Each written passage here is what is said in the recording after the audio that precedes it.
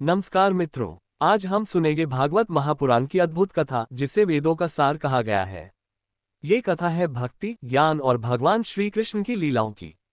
भागवत पुराण की उत्पत्ति बहुत समय पहले, जब व्यास जी ने सभी वेद, उपनिषद और महाभारत की रचना कर ली, तब भी उन्हें संतोष नहीं हुआ। तभी नारद मुनि ने उनसे कहा, हे व्यास, आप तब तक पूर्ण संतोष नहीं पाएंगे जब तक आप भगवान विष्णु की भक्ति और उनकी लीलाओं का वर्णन नहीं करते। यही से जन्म हुआ श्रीमद् भागवत महापुराण का, जिसे बाद में सुखदेव जी ने राजा परीक्षित को सुनाया।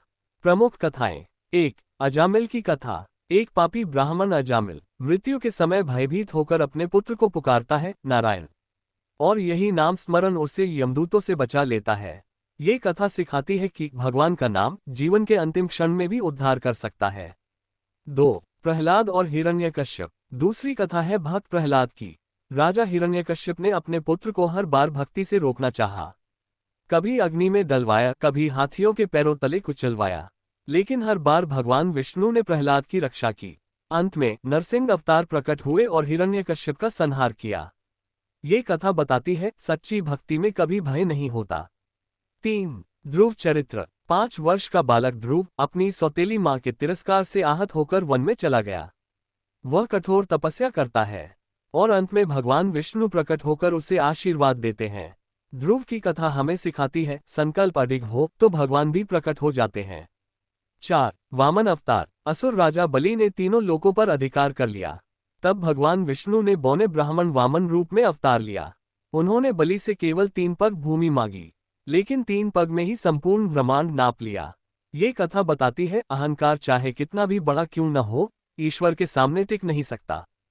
5. श्री कृष्ण लीला दशम स्कंद। भागवत पुराण का सबसे बड़ा भाग है श्री कृष्ण की लीलाएं।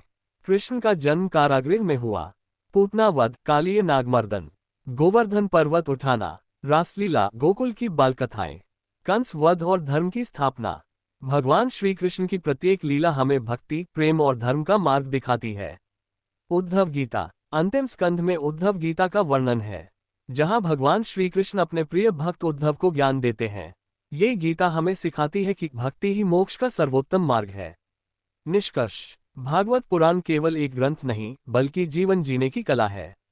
ये हमें भक्ति, नामस्मरण और सत्संग का महत्व बताती है। कलियुग में जो भागवत कथा सुनता है, उसका उद्धार निश्चित है।